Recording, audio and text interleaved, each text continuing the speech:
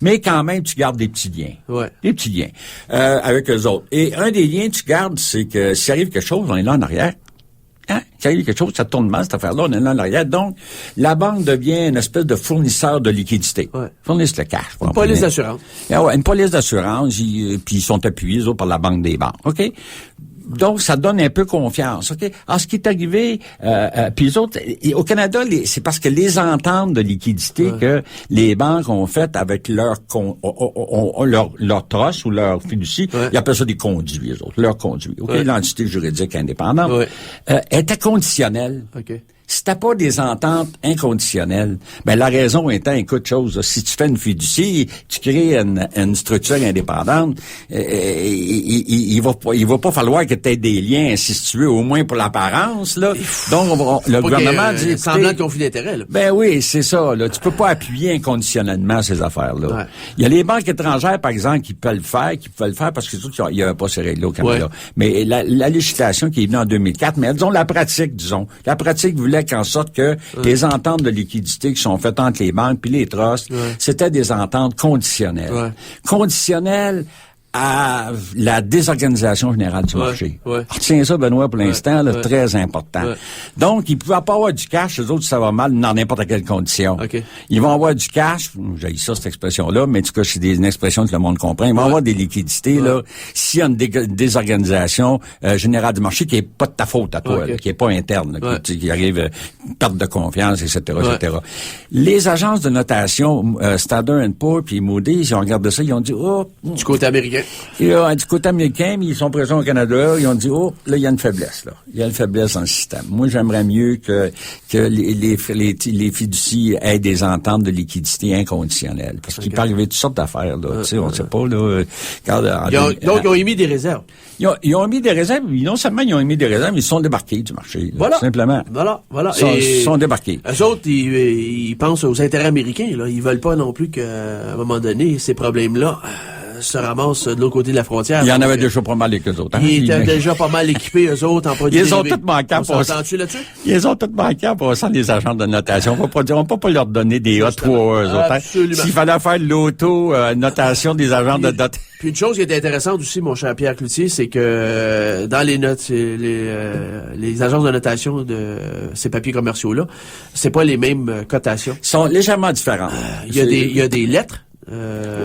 Avec Moody's and Standard, c'est des... Non, il y a deux genres de cotations pour, mettons, le long terme. Ouais. On utilise les AAA, les BBB, les CCC. Puis pour le court terme, c'est une notation différente. R1. Mais ça se ressemble un petit peu. Ça se ressemble un peu. Okay. La seule grosse différence, puis elle est de taille ici, retient ça encore Benoît, c'est que l'agence des BRS, quand les deux à Toronto. etc., avec Coventry. Ouais. OK? Ben là, Coventry, il faut que tu l'expliques parce que tu viens de le dire pour la première fois dans l'entrevue. Oui, alors, je vais revenir tu reviens à Coventry. Oui, je vais revenir à Coventry. Alors, DBRS, là, eux autres, ils sont trouvés en situation de monopole. Ils sont pas réglementés. Puis ils ont des clients. OK? Ils ont des clients à qui ils donnent des conseils. OK? Donc, si t'as des bons clients qui viennent de lancer sur le marché un nouveau produit, puis à qui tu donnes des conseils, t'as intérêt à les noter les plus élevés possibles. Ben, on peut s'entendre là-dessus. Donc, c'est tellement vrai ce que je dis, Benoît, là, c'est que le prochain G20, je comprends qu'il va y avoir une pause bientôt. À Londres, le prochain G20. Okay. C'est cette semaine. À Londres, cette semaine. Un des points à l'ordre du jour, c'est la réglementation des agences de cotation. Oui, sauf que, Pierre, depuis 30 ans, les marchés demandent à ce qu'ils s'autorégulent eux-mêmes. Ils veulent que l'État se désengage. Et on a un constat d'échec, là, depuis l'automne passé. Ils ont tous manqué. Bon, alors, à un moment donné, la surveillance qui devait être faite par les régulateurs du marché a été défaillante. Là. Il y a eu un problème. C'est ça. Alors, DBRS se retrouve en... Bond Rating System, cote ça. De Toronto. Cote ça. Oui, cote ça 3A. T'as dit R1, meilleur cote. C'est ça, je pensais, c'était pas 3, c'est R1. R1. Ça, c'est une cote, c'est très appelé. Puis pour ça, ils utilisent les mêmes critères des bancaires puis des non-bancaires. Alors qu'il y a des différences majeures. Comme tu viens de l'expliquer. Il y en a deux différences majeures. Oui. OK? Pour le non-bancaire. Là, j'arrive dans le non-bancaire. Le non-bancaire, c'est une petite compagnie. Hein? Nous autres, on est deux avocats de Toronto. Bon, là, mon cher Pierre... On fait une pause? On va aller en pause musicale avec mon cher Oliver. Et au retour de la pause, tu vas justement nous parler, là c'est coté, Dominant Bond Rating System ou Services de Toronto cote ça. Moody's et Standard & Poor's des États-Unis qui ont des filiales au Canada, eux autres décident de se retirer de ces papiers commerciaux adossés à des actifs bancaires et non bancaires, décident de se sortir surtout sur les non bancaires. Nous, de la Caisse de dépôt et de placement avec Henri-Paul Rousseau à sa tête, on va en bouffer énormément. Et il y a des entités, une de Toronto, puis une autre ici, au Québec, qui sont partie prenante du dossier. Tu vas nous expliquer c'est quoi. Tu as mentionné le nom Coventry, mais il y en a une autre au Québec. Oui, Alta Moneta. Ben, c'est ça. Ça, c'est le chum au Québec. Le Bear Body. Là, on va parler de ça au retour de la pause. De retour à la zone de résistance avec votre animateur Benoît Perron micro. Et cette tourne, mon cher Olivier, on rappelle le titre? C'était Yann Perrault et la pièce Le bruit des bottes. Le bruit des bottes. Eh oui, alors, le bruit des bottes, on entend toujours en Afghanistan, on entend toujours en Irak. Et ben voilà, la guerre, c'est payant. On fait tirer le premier livre pour aujourd'hui. On va faire tirer le livre Contre le travail des enfants. C'est un collectif d'auteurs aux éditions Sileps. Mon cher Oliver, on fait tirer ça à quel appel? Au 514-343-2476. Je vais prendre le troisième appel. Troisième appel, c'est parti mon kiki et bonne chance à tout le monde. Et en passant, ce livre-là a une dédicace spéciale de Henri-Paul Rousseau. Alors, il a pris de la valeur. Bon, alors, regarde mon Pierre. Je suis toujours en studio avec... Pierre Cloutier, un avocat et ami qui m'a même amené visiter son petit coin de pays à Sainte-Anne-de-la-Rochelle. Il m'a dit, Benoît, l'été passé, il dit, viens voir la prison du peuple où les Felkis devaient installer leur prison du peuple. C'était dans un autobus enfoui dans le sol, hein, Pierre? Oui. Tu m'as conté ça? À peu près 2-3 kilomètres de chez moi. Oui, voilà. Et puis, la GRC a mis le feu à cette...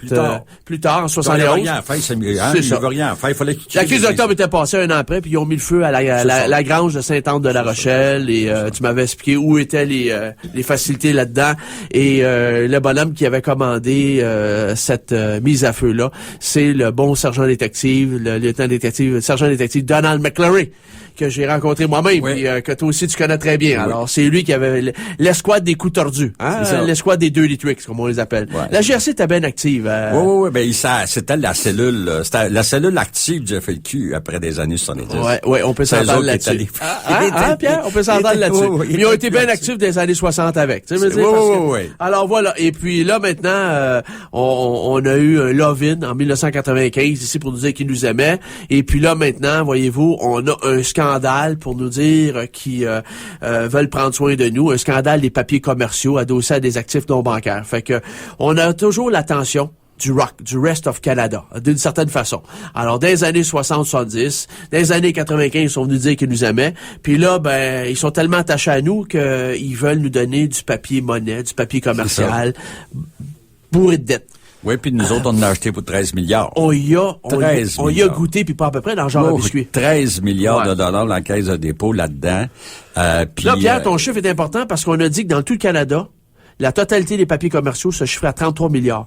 Puis là, tu nous confirmes que notre caisse de dépôt, notre bas de laine de 155 milliards d'actifs en avait bouffé pour 13 milliards de dollars. Le marché qui a tombé, c'est 32 milliards. Ça visait 22 trosses, là. C'est le papier commercial non bancaire. T'as 32 milliards. Ouais.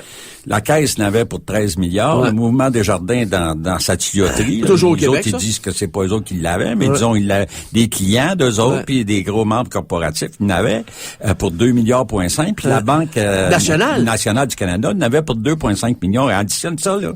Ça fait beaucoup. Ça fait quasiment 18 milliards sur 32. C'est pas mal. C'est pas mal. C'est plus que 50. Ouais, plus d'autres. Plus d'autres aussi. Au Québec, il y en a d'autres, là. Ouais. On a une liste de ça à un moment donné. Il y a comme, par exemple, la Société Générale de Financement. SGF. 237 millions. Qu'est-ce qu'ils faisaient là-dedans? Avec ça. Qu'est-ce qu'ils faisaient, eux autres, avec ça, là? Ouais. Société Générale de Financement, 237 millions. Ben, c'était pour payer leur loge au Centre Bell, les loges canadiennes. Ça doit être ça aide à payer les loges. Ben oui, mais écoute, Pierre. Le groupe Jean Couty. On cherche de tout, même un ami. 12 millions. Air Transat, qui vient de régler leur cause avec la Banque nationale, etc.